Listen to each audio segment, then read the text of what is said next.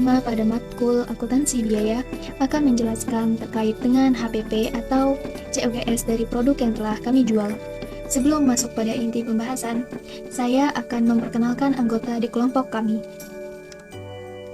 Jadi di sini ada saya sendiri yang bernama Rini Melda, ada Tia Rahmawati, ada Rifqah Aida Najla, ada Rizky Maulida Husnul Khotimah, dan yang terakhir ada Raihana Azahra. Isi pembahasan yang akan kami bahas pada video ini ada 5 materi. Yang pertama ada klasifikasi biaya, ada period cost, ada direct material, ada direct labor, lalu ada overhead. Lalu, apa sih produk yang kami jual pada kelompok kami ini? Jadi di sini kita menjual produk makanan dan minuman. Jadi kita menjual 1 produk minuman dan 2 produk makanan. Yang minuman berupa kita beri sebutan dengan Fritikul, sedangkan makanan kita beri nama dengan Banana Choco karena berasal dari olahan pisang, dan ada pula Crispy Choco. Lalu, apa alasan kami memilih produk-produk tersebut? Yang pertama, karena produk-produk tersebut memiliki potensi laku lebih cepat karena makanan dan minuman adalah kebutuhan pokok setiap individu. Apalagi kami menjual makanan dan minuman tersebut di kalangan mahasiswa.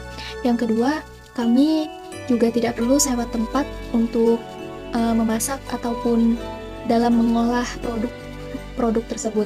Yang ketiga, strategi pemasaran cukup mudah. Dan yang keempat, tidak memerlukan banyak modal. Kait dengan klasifikasi biaya. Klasifikasi biaya terbagi menjadi 3 macam, yaitu yang pertama, klasifikasi biaya berdasarkan intensitas terjadinya. Yang kedua, klasifikasi biaya berdasarkan potensinya. Dan yang ketiga, klasifikasi biaya berdasarkan kegiatan operasional. Klasifikasi biaya berdasarkan intensitas terjadinya dapat terbagi kembali menjadi 3 macam, yaitu yang pertama, biaya tetap atau bisa juga disebut fixed cost, biaya variabel atau variable cost, dan yang terakhir adalah biaya campuran atau bisa juga disebut dengan mixed cost. Lalu ada klasifikasi biaya berdasarkan potensinya terbagi menjadi 2 macam. Yang pertama adalah biaya peluang atau bisa juga disebut dengan opportunity cost, dan yang kedua adalah biaya hangus atau bisa juga disebut dengan sunk cost. Lalu ada klasifikasi biaya berdasarkan kegiatan operasional terbagi menjadi beberapa macam, yaitu adalah ada biaya produksi, biaya tenaga kerja langsung, biaya tenaga kerja tidak langsung, biaya penyusutan, biaya perawatan, biaya investasi, dan yang terakhir biaya overhead pabrik. Yang pertama, berdasarkan intensitas terjadinya, yaitu biaya tetap atau bisa juga disebut dengan fixed cost. Jenis biaya ini adalah biaya yang besarnya akan selalu tetap dan tidak berubah karena perubahan volume dan aktivitas tidak mempengaruhinya. Oleh sebab itu, biaya tetap per unit berbanding terbalik dengan perubahan kapasitas suatu kegiatan. Semakin besar suatu aktivitas, maka semakin kecil biaya tetap per unit.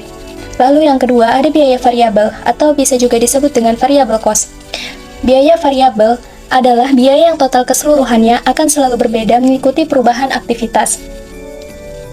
Jadi, jika nilai biaya variabel di sini akan berbanding lurus dengan pergerakan volume kegiatan. Semakin besar volume aktivitas, maka biaya variabel juga semakin tinggi. Lalu ada biaya campuran atau mixed cost. Biaya campuran mempunyai aspek biaya tetap dan variabel. Dalam hal ini, biaya tetap sebagai jumlah biaya minimum dalam menunjang aktivitas, sedangkan biaya variabel mempengaruhi volume kegiatan. Lalu yang kedua, ada klasifikasi biaya berdasarkan potensinya. Yang pertama, biaya peluang atau opportunity cost.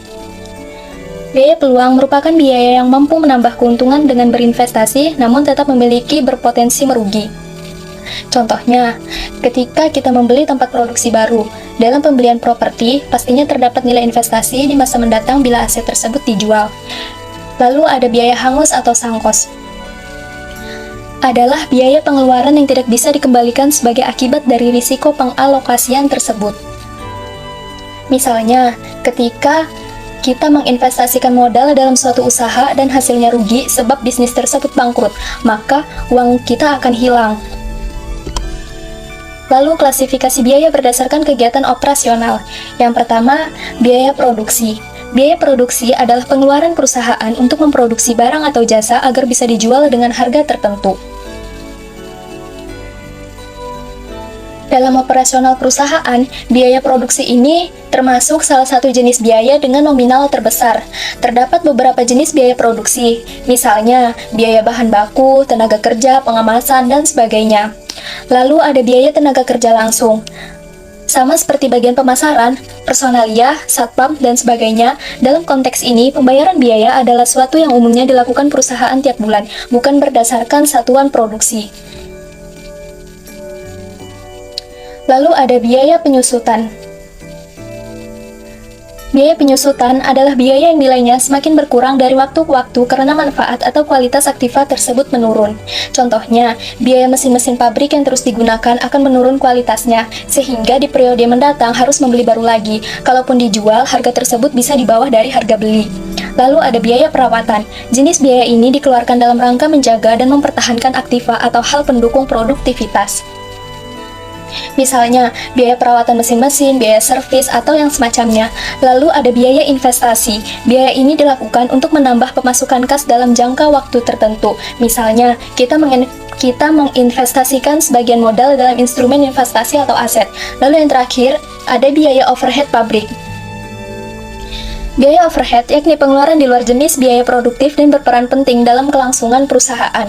Contoh biaya ini seperti biaya tambahan atau biaya yang tidak direncanakan atau di luar perkiraan, tetapi dia ada atau timbul seperti denda, ganti rugi, ataupun yang semacamnya. Kemudian period cost, ialah biaya-biaya yang tidak terkait dengan produksi unit atau pengiriman jasa. Nah, biasanya period cost itu adalah biaya yang rutin dan relatif stabil. Jadi nggak peduli penjualan bisnis itu sedang meningkat atau menurun. Contoh dari period cost itu ada administrasi, biaya iklan, transportasi, dan hiburan. Lalu apa sih perbedaan dari period cost dan product cost? Yang pertama, kalau period cost itu biasanya yang berkaitan dengan periode waktu. Jadi period cost ini tidak berpengaruh dengan hasil produksi. Terus kalau product cost itu adalah produk yang berkaitan dengan hasil produksi. Jadi product cost itu adalah biaya yang hanya akan muncul ketika produk diperoleh. Yang kedua, kalau product cost itu adalah biaya periode yang bisa digolongkan menjadi biaya gaji karyawan dan biaya peralatan,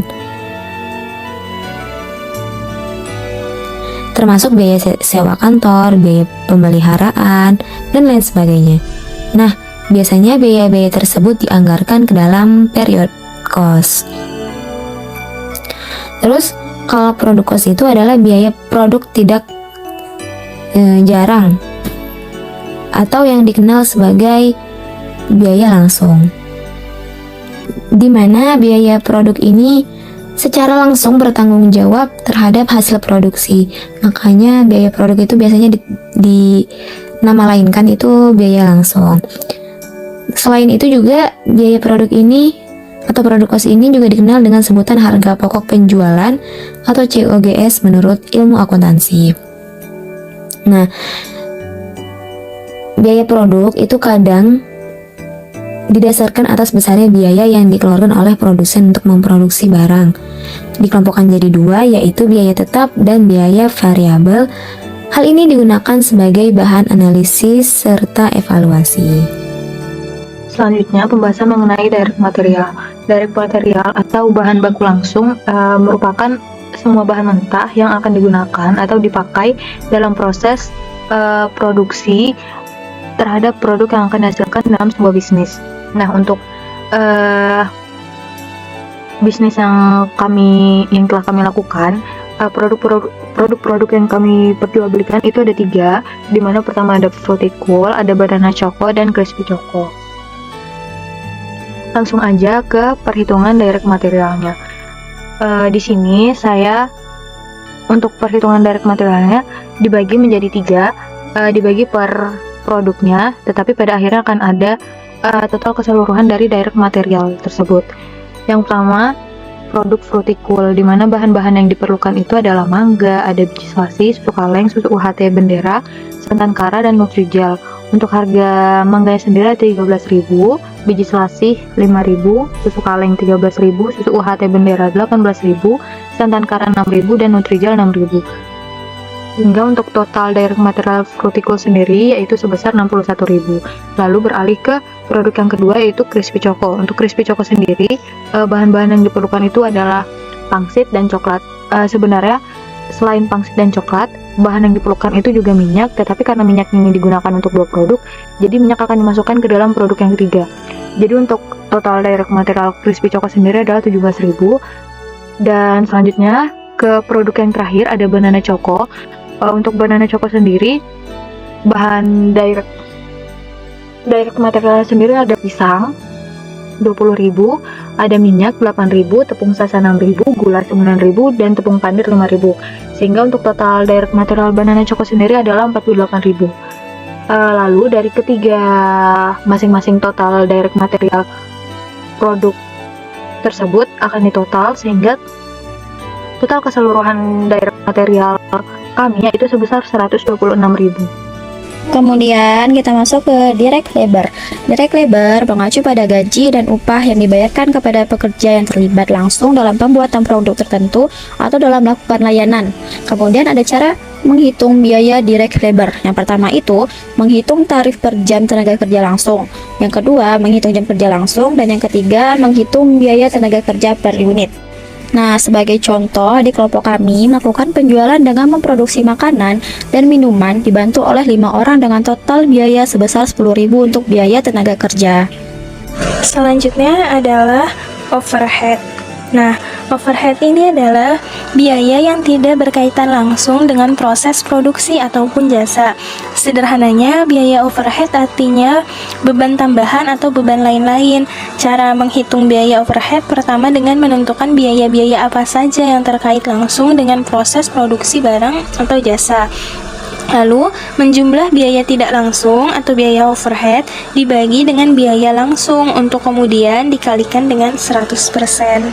Contohnya di kelompok kami ini, biaya overheadnya adalah beban penolong yang rinciannya adalah sumpit 2.500, gelas 8.000, tutup gelas 3.000, mika 11.000, dan juga gas 10.000, yang jika ditotal adalah 34.500.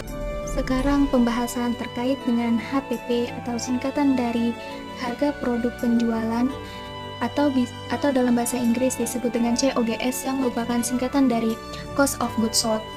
Dan kita akan menentukan harga penjualan per unit dari produk yang kita jual. Jadi di sini kita menjual 3 produk, di mana kita menjual 1 jenis minuman dan 2 jenis makanan. Jadi kita akan menentukan HPP dari setiap produk yang kita jual.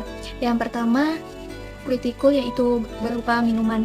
Di sini kita sudah menentukan DM, DL, dan OH-nya, di mana DM-nya sebesar 61.000, DL-nya 2.000, OH-nya 12.000. Untuk HPP kita tinggal menambahkan DM, DL, dan OH-nya, dan kita akan mendapatkan nilai sebesar 75.000. Di sini kita berhasil menjual 15 Frutikul. Jadi HPP per unit, di mana ketika kita HPP dari total yang tadi 75.000 itu kita bagikan dengan 15 unit. Jadi 75.000 dibagi 15 kita akan mendapatkan hasil 5.000. Untuk keuntungannya kita mengambil untung sebesar 20% dari HPP. Jadi di sini adalah 20% dari 5.000 dan kita akan mendapatkan Rp1.000. Untuk harga penjualan per unit, di sini kita tinggal menambahkan 5.000 ditambah 1.000 dan kita akan mendapatkan hasil Rp6.000. Lalu ada produk Banana Choco, di mana DM-nya 44.000, DL-nya 4.000, OH-nya 12.000. Untuk HPP sama seperti sebelumnya, kita tinggal menambahkan antara DM, DL, dan OH-nya dan kita akan mendapatkan nilai sebesar Rp60.000. Di sini kita berhasil menjual 12 unit Banana Choco. Jadi untuk HPP per unitnya tinggal 60.000 dibagi 12 dan kita akan mendapatkan hasil sebesar 5.000. Untuk keuntungannya kita mengambil untung 40% dari HPP. Jadi di mana 40% dari 5.000 kita akan mendapatkan hasil 2.000. Untuk harga penjualan per unit kita tinggal menambahkan 5.000 ditambah 2.000. Hasilnya adalah Rp7.000. Selanjutnya Crispy Choco. DM-nya 21.000, DL-nya 4.000, OH-nya 6,5. Jadi HPP-nya kita tinggal menambahkan DM, DL, dan OH-nya dan kita akan mendapatkan hasil sebesar 31.500. Di sini kita berhasil menjual 9 Crispy Choco. Maka untuk HPP per unit kita tinggal membagi antara 31.500 dibagi 9 dan kita akan mendapatkan HPP per unitnya adalah sebesar 3.500. Untuk keuntungannya, kita mengambil 40% dari HPP, yang artinya kita mengambil 40% dari 3.500. Jadi di sini kita akan mendapatkan sebesar 1.400. Untuk harga penjualan per unit, kita tinggal menambahkan 3.500 ditambah 1.400, yaitu sebesar 4.900. Lalu total HPP atau COGS dari yang sebelumnya dari Fruity Cool yaitu sebesar 75.000, Banana Choco 60.000, Crispy Choco 31.500 dan kita akan mendapatkan total sebesar 166.500 rupiah. Selanjutnya pada perhitungan laba rugi atau bisa juga kita sebut dengan income statement. Di sini kita menghitung untuk di akhir periode yaitu 31 Desember 2023. Untuk revenue atau pendapatan di sini ada berupa penjualan dari keseluruhan yaitu di mana Fruity Cool sebesar 90.000, Banana Choco 84.000, Crispy Choco 44.100. Nah, 90.000 ini didapat dari mana?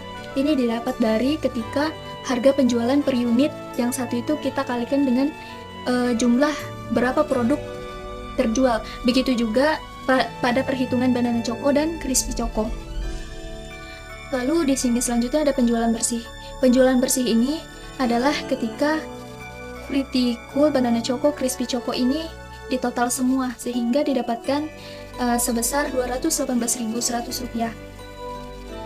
Lalu untuk HPP atau kita sebut juga dengan COGS ini adalah yang sebelumnya tadi ke HPP dari keseluruhan yang jika ditotal adalah sebesar 166.500 dan saatnya menghitung laba kotor yaitu adalah dengan cara penjualan bersih dikurang dengan HPP.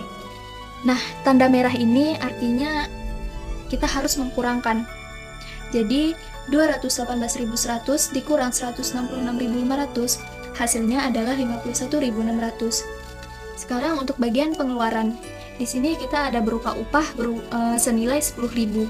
Jadi total beban penjualan itu karena cuman untuk upah doang, untuk upah saja, jadi totalnya 10.000.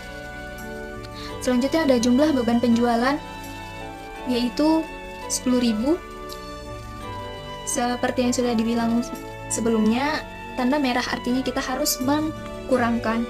Lalu di sini ada laba bersih operasi yaitu sebesar 41.600. Sekian itu saja yang dapat kelompok kami sampaikan. Kurang lebihnya mohon maaf. Terima kasih. Wassalamualaikum warahmatullahi wabarakatuh.